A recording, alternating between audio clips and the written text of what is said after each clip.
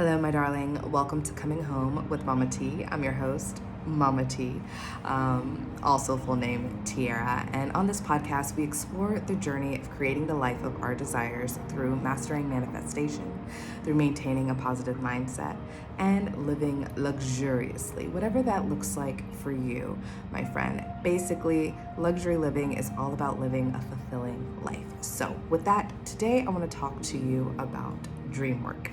I'm curious if you've ever used Dreamwork. Make sure that you are connecting with me in all the social spaces like TikTok and Facebook and Instagram to tell me a little bit about your Dreamwork experience. But with that, I want to share my Dreamwork experience and how I like to use Dreamwork for manifesting. So first things first. In terms of Dreamwork and why I like to use Dreamwork is one, it removes the analysis paralysis from whatever it is that we're desiring, because we're working in an unconscious state, right? So if we're sitting, I know for me, I think through so much. My brain is constantly going, and it's insane. How else can I just talk to myself for 20 minutes, right?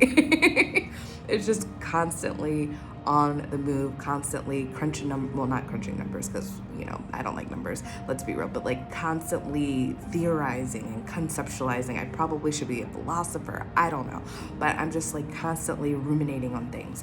And with Dreamwork, it removes the fear. There's nothing to fear in the dreamscape, right? And then there's also the opportunity to bring up from the unconscious state, what are our beliefs that are holding us back? For example, maybe I set an intention before going to sleep, and I'll talk a little bit more about the whole process a little bit later, but I'll go to sleep, and then in my dream, something will show up, and I'm like, why am I, being chased by a tomato was an example I used in another episode, right? Why am I being chased by a tomato? And it could be that it could be about a relationship. My mom's allergic to tomatoes, so maybe I have a fear of hurting my mother. I don't know. There's so many things, just a random example. But when I wake up, I have the opportunity to kind of look back at what I remember, because I truly believe that whatever it is from the dream that I remember, it is something that I can learn and grow from and expand from.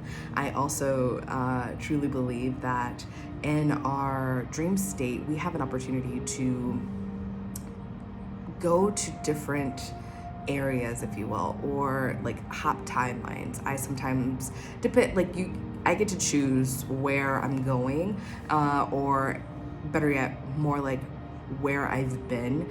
And in my dream, a lot of times, sometimes I'm okay, well, this dream was more of a manifestation in my brain, helping me understand from my subconscious what's going on in my life and where I can grow, where I can improve.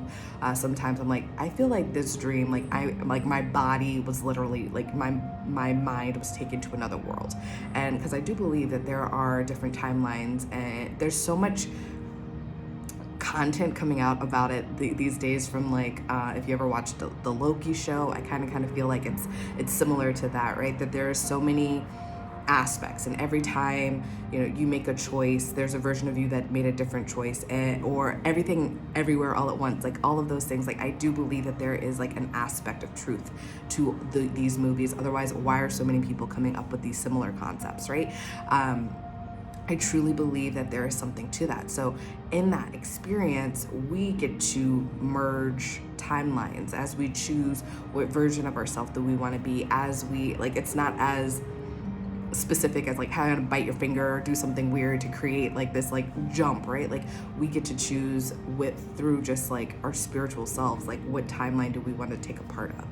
And I do believe that everything everywhere all at once is literally happening. So in that, when I am in my dream space, I can either go to a different timeline, go to a different version of self, go to a different universe, if you will. There's astral travel, if you will, and be in a different space and experience something. And what I bring back is, for me, my focus is always how am I growing and how am I experiencing the desired life that I want for myself here in this physical space. So I'm not here to like go to like different, like communicate with other entities or whatever and like just learn for the sake of learning. That's not my experience, but I know that there are people out there that do that, and that's totally fine. Like we get to choose, right? That's what luxury living is about, is choosing what is it that lights us up. And so what lights me up is like truly living in this life, a life that I desire. So my dreams, my intentions are always around how can I improve? What can be better than this? Yes. And so how I do it is when I lay down, I find it's easier to try to stick to like one, maybe two things to set the intention for. But because I tell you, I am the kind of person, I'm like, well, I want this and I want this and I want this and I want this and I want this and I want this. And then there's like, when we have so many things that we're working on, it's kind of hard to refine the experience over time because, you know, we're not knowing what's working and what's not working. Like if we use the example of weight loss, for example, right? So if we completely overhaul our entire life and like we're changing how we're eating, we're changing how we're exercising, we're changing our sleep patterns, we're changing everything. And yes, all of that all works together to live a healthier lifestyle. But you could get to a point where maybe you've like made this drastic change and now you can't sustain it, and you don't have the time to understand like, okay, well maybe like the 8 hours of sleep was something that I could maintain, but you know, this crazy exercise routine is something that I can't maintain, I can't sustain. The food was great, but like, you know, I can't eat 5 meals a day, I can only maybe eat 3 meals a day, whatever it is, right? But like if we've made such a huge drastic change to every aspect of our life, we don't have, there's like a sense of overwhelm and the understanding of, okay, what are the things that I can keep and what are the things that I need to let go of, right? So that's why I say, like, you know, I want everything everywhere all at once. But I do find that refining it to like, okay, one, maybe two things that I now have enough space to analyze and see, like, what can I keep, what can I let go of, where can I grow, how can I expand, and really narrowing it down. And then once I get like, you know, space to truly understand what's going on here, then I can layer in something else. It's like having one baby versus having like quintuplets, right? Like, you know, it's like one, you can focus, right? You can focus, you can get to know this person, you can really like engage and build a better relationship. Not that there's anything wrong with having what was quintuplets, five at one time, it happens, right? There's nothing wrong with it, but you have to be even more conscious when you're paying attention to 5 different things as paying attention to just one. All right, so I digress. With that, how I make this work is I will set the intention right before I go to sleep. Like I get into like, you know, maybe a little bit of meditation, put on some nice music, kind of clear my mind, and then I lay down and I say, like, as I sleep, I am creating this, or as I sleep, I am magnetizing this into my life. And then I kind of just allow myself to go to sleep. And a lot of times I will say, if you were going to utilize Dreamwork, if you are exceedingly tired and you're exhausted and you really need to sleep, I might recommend just going to sleep and not trying to set an intention before going to sleep, because sometimes things show up, right? Like, you know, like I said, the unconscious mind will show you some beliefs that you might not known you had, and it's something to work through. And you might have like a more tumultuous sleep and like waking up and and you're not having a restful sleep. So if you really need the rest, if your body really needs to rest, allow yourself to rest. But if you are like, maybe it's a weekend and you don't have anything to do the next day, you can take a nap, whatever. I also love using this for napping rather than like my actual night sleep. That way, like, okay, like, oh, I can do this, and then I use it in the middle of the day or whatever, and then I can actually have a restful sleep when I go to bed. So I had set this intention of receiving I was set the intention of receiving love, basically. It was like the narrowing it down. I'm focusing on getting 13 million listeners to my podcast, having the best podcast that I can possibly have. I am focusing on receiving romantic love in my life, right? And so I had really laid down and I was like, I receive, right? And I am receiving these things and I am open and I am receiving, and I went to sleep. And in my sleep, it was a bit tumultuous because I had a fight, not a physical fight, but I was at this dinner and I was at this dinner and there were friends there, and I felt that like the energy wise they were friends, but and experience wise I had never seen any of these people in my life, which I think is funny. There's like a scientific study that says that every person that ever shows up in our dream, while we might not personally know them, we've maybe seen them in our world, like in our periphery. Maybe we're like, on a train, like on the metro or something, and you've seen this person and like your brain like catalogs them, but you like aren't conscious when you do that. And you're just like looking around, right? Your brain unconsciously, subconsciously, like takes that face, right? And then they'll show up in a dream as maybe someone that you actually know, and like you've never met this person, but that's how that person like showed up in your dream. And that could be like actors, whatever. Anyways, so there's like all these people in my dream, and then I'm like, I don't think I know these people if I like think back to it. But we're sitting there, we're having sushi. Like it was like a sushi smorgasbord. Delish. I'm shook because I'm like, ooh, I want this now. But we're having this sushi smorgasbord and we're talking, and I'm sitting next to a person that I'm dating, and they were kind of, I can't recollect their face, so it feels like a faceless person. It wasn't someone that I've actually dated in my real life. It wasn't someone that I've actually experienced anything with, but sitting, I feel like it was more, this was definitely a dream that was here to teach me something, and not like so much like hopping timelines or anything like that. It was this opportunity to truly like just learn my subconscious self, right? And so I'm like talking, and for some reason it's I'm trying to go to this baseball game. Do I really care about going to a baseball game? Not really. I think it was supposed to be like a Dodgers game, I think. So I don't know why baseball came up. But baseball did come. I think I do know why baseball came up, because my dad wanted to go see a Padres game, and we were in town, and we didn't get to go. So I think that like somehow informed this situation. But we're sitting here, and I guess I had like won some like baller tickets for a Saturday afternoon to go watch the Dodgers game. And so I was like, hey babe, like, you never said whether or not you're coming with me to this game on Saturday. Are you coming? And they were like kind of like not having an answer. And then the person on their other side, which was like their best friend, was like, whoa, no, they're coming with me on Wednesday to see like such and such game. So like, baseball, they have multiple, they play the teams multiple times, from my understanding. I'm not a huge baseball fan. I'm always there for the drinks.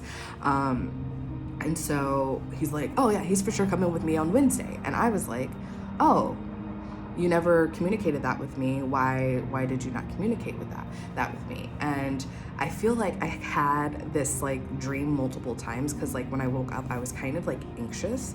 So it felt like at one point I was arguing, at another point I was like hurt, and like I just like revisited the same part of the dream until I kind of somewhat, my consciousness kind of like took over and was just like, no, we know better in this situation. So like at one point I was like struggling to try to get them to understand why it hurt and why they need to change their behavior so that we could have a better relationship.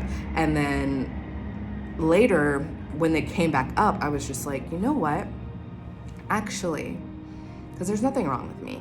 I'm great, and I know and I understand what I want in a relationship, and it's totally fine. Like if you want to spend time with another person, that's great, but I want my partnership to be someone that's like really wants to partner with me, really wants to engage and hang out and build a business together and really like spend quality time together. So the fact that you weren't considerate about not telling me that you weren't going to come with me because I don't know, maybe you were afraid I was going to get mad, maybe you were afraid that it was going to hurt my feelings, any of that, devoid of all of that. It was a reminder, like the situation was a reminder of like, hey, actually what I want is better than what is happening here, and there's no need to try to convince this other person of how they're supposed to treat me, because I know how I deserve to be treated and how I value myself and my time and my experience. And this is not, I see this person as a person that's not going to be able to do what it is that I want them to do. Give me the experience that I'm looking for. So I have to let this experience go and move on to a new one.